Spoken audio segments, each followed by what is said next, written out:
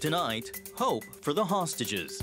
Negotiators work to extend a fragile pause in the Israel-Hamas war to secure the release of additional hostages held in Gaza. And part of day-to-day life in Israel. Families of Israeli soldiers brace for news of their loved ones.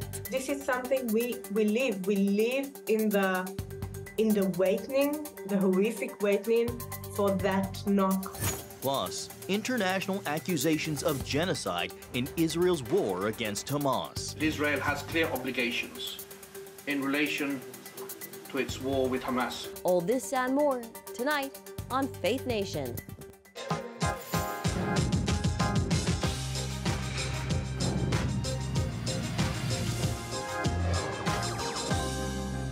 The final day of a tenuous ceasefire fuels optimism for an extension. Welcome to Faith Nation. I'm John Jessup. And good evening in Washington. I'm Jenna Browder. Negotiators racing to lock in another extension to a shaky truce in the Israel-Hamas war are looking to another hostage release before tonight's deadline. International mediators reportedly are even holding out hope that an extended pause in fighting will pave the way to an eventual end to the war. Red Cross vehicles today transported hostages released by Hamas, seen here, to the Rafah border crossing between Gaza and Egypt. Meanwhile, Israel is investigating Hamas's claim that one of the youngest hostages, a 10-month-old, was killed with the child's mother and 4-year-old brother in an Israeli bombing.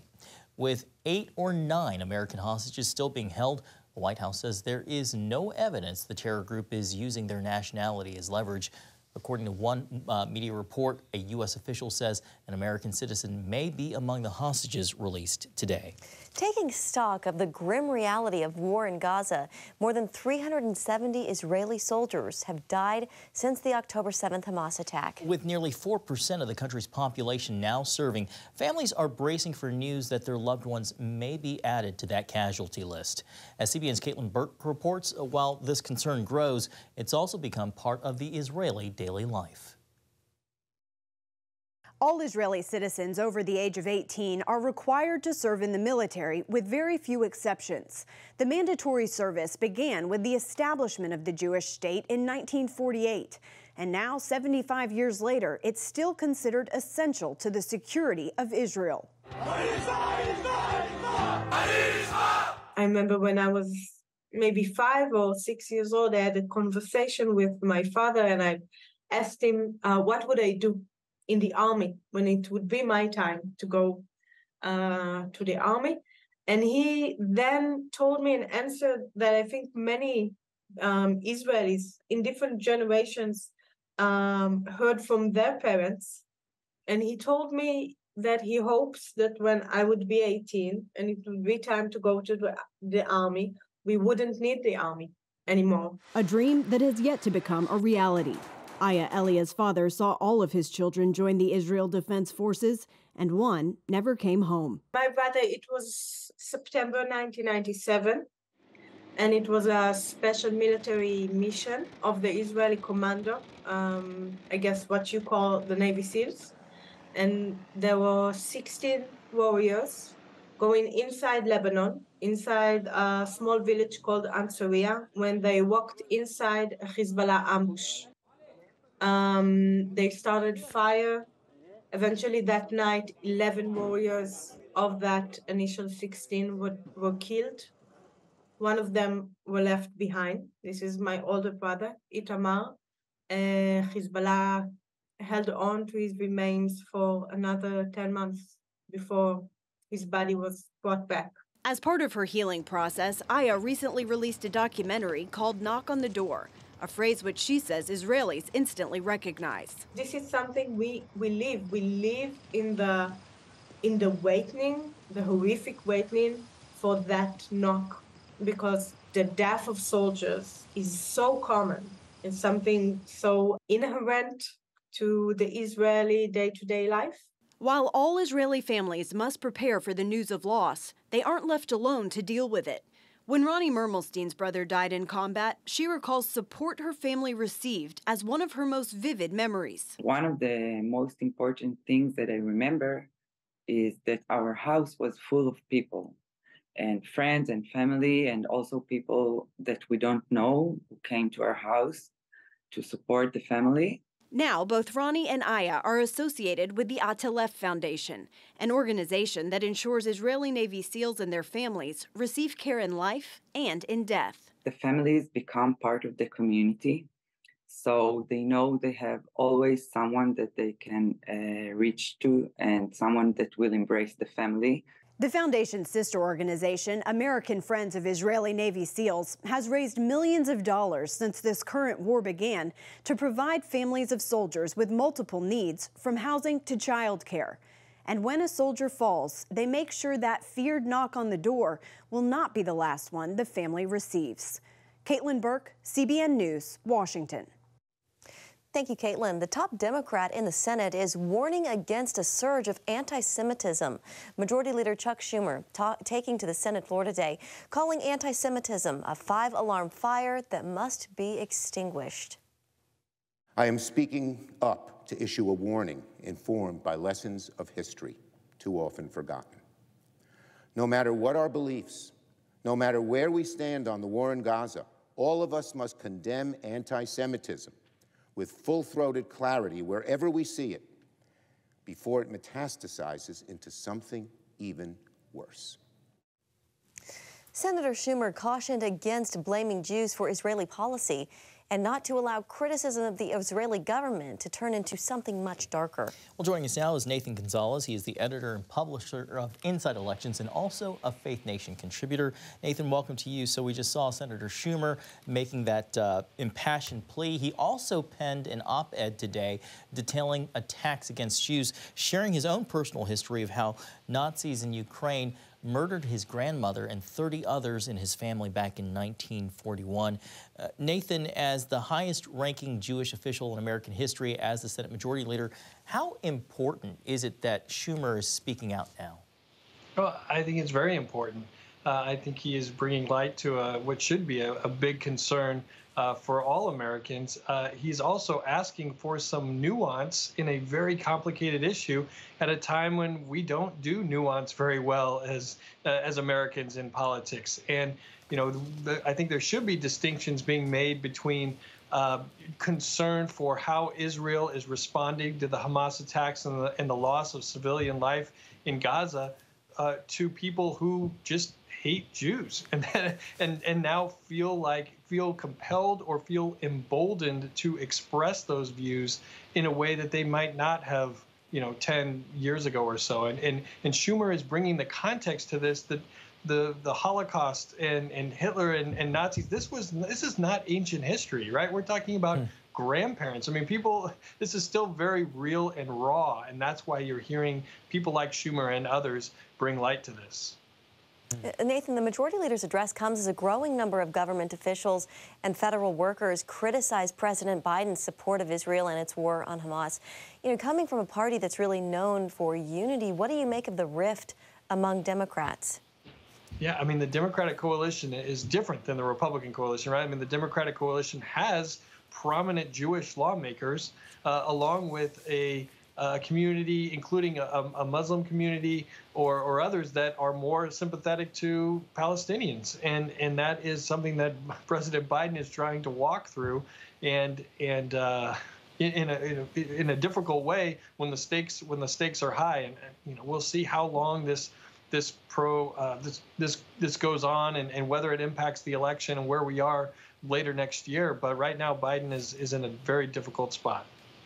Well, there's also a rift on the Republican side for U.S. support over Israel. The America First movement, partly motivated by Holocaust deniers like influencer Nick Fuentes, is moving from an anti-war isolationist stance to being flat-out anti-Israel and anti-Jewish. A final thought on that in about the next 30 seconds or so. Yeah, I mean, I think that there is, by and large, the Republican Party is more supportive of Israel because of, I think, evangelical support on a biblical level for Jews and the nation of Israel. But there is this part of the coalition that has risen up, particularly under President Trump, and they have felt emboldened. And those two, the isolationist mentality or even anti-Jewish mentality and in supporting Israel, those are starting to clash, and we'll see whether it bubbles up and whether elected officials start to use the rhetoric that people like Nick Fuentes want to use, and that would be dangerous. All right, Nathan Gonzalez with Inside Elections. Thank you so much for your time tonight. Thanks, John and Jenna. Well, on a lighter note, the cast of The Chosen is brightening the season for lawmakers and staff on Capitol Hill. The series that brings the gospel to life has been a worldwide phenomenon, and this week, the production made its way to Washington to help mark the start of the Christmas season. CBN Capitol Hill correspondent Matt Galka was there, and he joins us now for more. Matt. Well, the worldwide hit has plenty of fans in Congress, and as we saw firsthand last night, members of the show enjoyed their time rubbing elbows with lawmakers, too. With the lighting of the Capitol Christmas tree, the holiday spirit started to sweep through Washington. Inside, more Christmas festivities. Hope to the Hill Ministries invited the Chosen cast to meet lawmakers and their staffs. They also watched A Christmas with the Chosen, the third installment of their holiday special that combines bringing the gospel to life and celebrating the music of the show.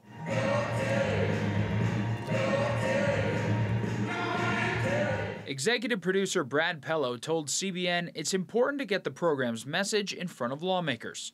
I think it's very important for faith to be part of the dialogue around policy and governance. We were first created by God. He's the one who gave us our freedoms. And so when it comes to governance, especially in a free nation established on those principles, I think we've got to continue to bring His name, His principles, His commandments into the dialogue of governance. Georgia Congressman Barry Loudermilk considers himself a big fan. And it's very inspirational to me because one of the things that we deal with here is perception. You know, that people have a certain perception of what happens in Congress or what their congressman or congresswoman should be doing. And if you watch The Chosen, Jesus is facing that same perception, even from his own disciples who have a preconceived idea of what Messiah is supposed to be, a political hero. But Jesus is coming fighting a different battle of good and evil from an eternal standpoint. And so seeing some of that play out, but also seeing the human side of the people that we've read about in the Bible. The Chosen started off as a crowd-funded project in 2017 and now boasts more than 110 million viewers throughout the world.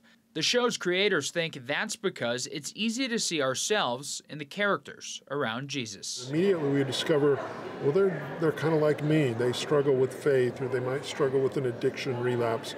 They're just like me. And I think in that experience we come to see Jesus differently because we see how they experienced him and how he impacted their lives. Christmas with the Chosen premieres in theaters December 12th, and it all leads up to Season 4 debuting in February, with all of those episodes being shown in movie theaters before heading to streaming platforms. John. Thanks, Matt, with a great assignment last night. Well, coming up, a surge in anti-Semitism in America and around the world as Israel faces charges of genocide in its war against Hamas. Welcome back. The Israel Defense Forces mandate the highest standards of conduct for their soldiers of any military in the world. Yet they face international accusations that their fight against Hamas in Gaza is a genocide. That's right. 5 nations have called on the International Criminal Court to investigate Israel for possible war crimes. CBN's Dale Hurd has that story. The International Criminal Court's chief prosecutor, Karim Khan, has warned that he's considering war crimes charges over Israel's conduct of the war and its blockade of supplies into Gaza. I have to say that Israel has clear obligations in relation to its war with Hamas. Not just moral obligations, but legal obligations to comply with the laws of armed conflict. The United Nations is also collecting evidence, saying Israel may be committing the crime of collective punishment with its siege. We want the International Criminal Court to hold Netanyahu accountable for the war crimes and the crimes against humanity that Israel is committing. First of all, nations are not charged with war crimes. Individuals are. And those charges don't come after weeks, but in most cases after many years of investigation. The International Criminal Court would also have to prove Israeli officials willfully tried to kill civilians or cause suffering. Jeffrey Korn, former U.S. Army senior advisor on law of war issues, currently leads the Center for Military Law and Policy at Texas Tech University. He says war crimes are not committed simply because civilians die, but how and why they die. We don't define a war crime in an attack by what occurs. We define a war crime in an attack by the decision to launch the attack. So it's a conduct-based equation, not a result-based equation. And so when we look at the images of destruction and civilian suffering in war, and we jump to the conclusion that that must be a war crime, that's like saying 1 + I don't know equals war crime. The Israeli Defense Forces Code of Ethics sets a very high bar, stating, "Every human being is of value, regardless of his or her origin, religion, nationality, gender, status, or position. The IDF servicemen and women will act in a judicious and safe manner in all they do, out of recognition of the supreme value of human life." Andrew Tucker is an expert in international law in The Hague, Netherlands. That doesn't mean Israel doesn't make mistakes. It doesn't mean Israel doesn't do wrong things. It simply means that in terms of process, in terms of decision-making, it's, I think, indisputable that Israel holds itself to the highest moral and legal standards. Some of those who want Israelis charged for war crimes are very upset with Karim Khan for not having already issued arrest warrants, with the anti-Israel BDS movement branding Khan a genocide enabler. But some believe it's all but assured Israelis will be charged, with so many international agencies, including the United Nations, aligned against Israel. Most Israeli military leaders know that no matter how hard they try to actually and comply with the law and do their best to deal with this difficult situation, they're going to be condemned. Dale Hurd, CBN News. Thank you, Dale. Well, a beloved First Lady is laid to rest, and her legacy lives on. That story when we come back.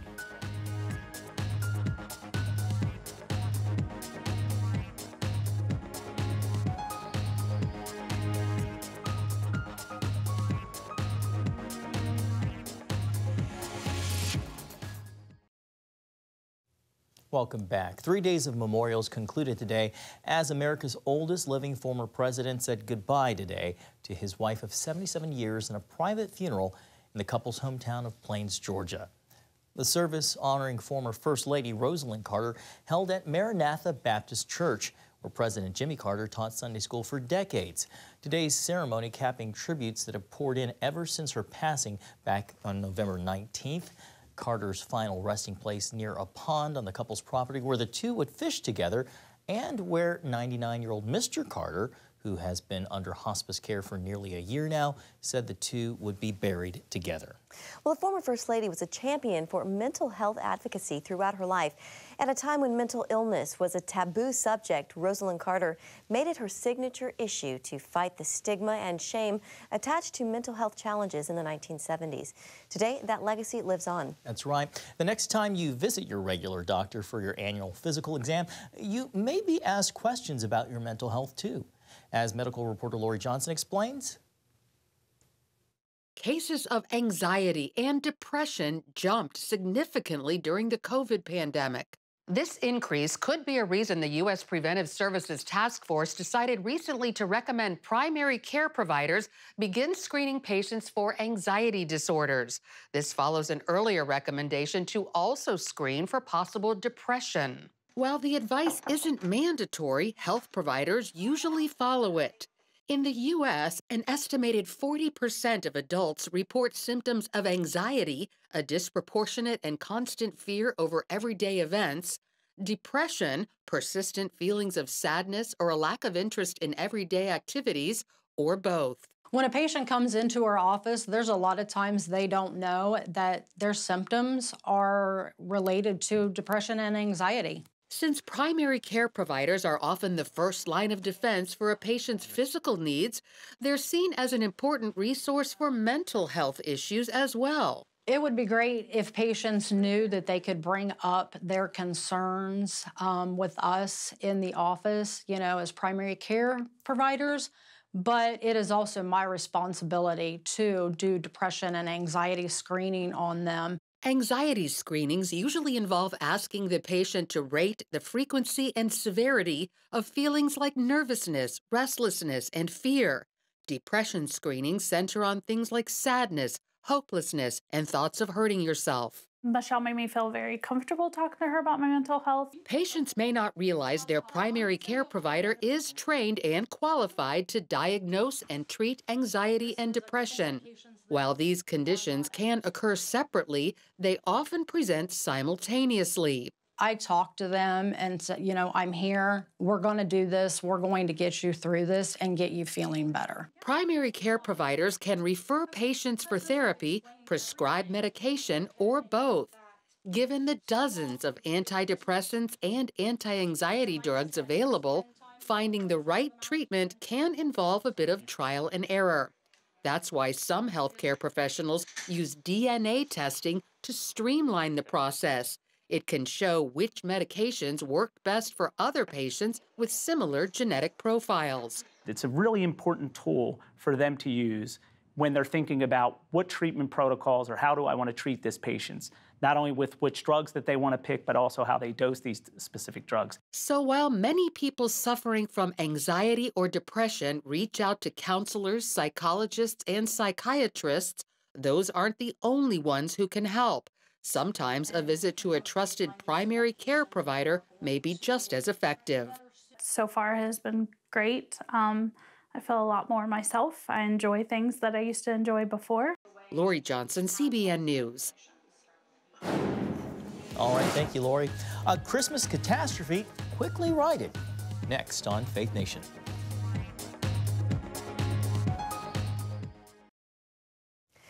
Finally tonight, in the spirit of Christmas, the show must go on. That's right. The heavy winds toppled the national Christmas tree at the White House Tuesday afternoon. No need to fear, though. The National Park Service says the lighting ceremony is still on track. The 40-foot-tall spruce tumbled over after high wind gusts swept through the area up to 30 to 40 miles an hour. The tree, already decorated, was set upright with the help of a crane and after replacing a snapped cable. So if you're in the area and you want to see it for yourself, the tree lighting takes place Thursday. Jenna, it was quite windy yesterday. It's been a cold and windy couple of days here. Yeah, unusually so. Fortunately, Christmas is saved. All right. Have a great night. See you tomorrow.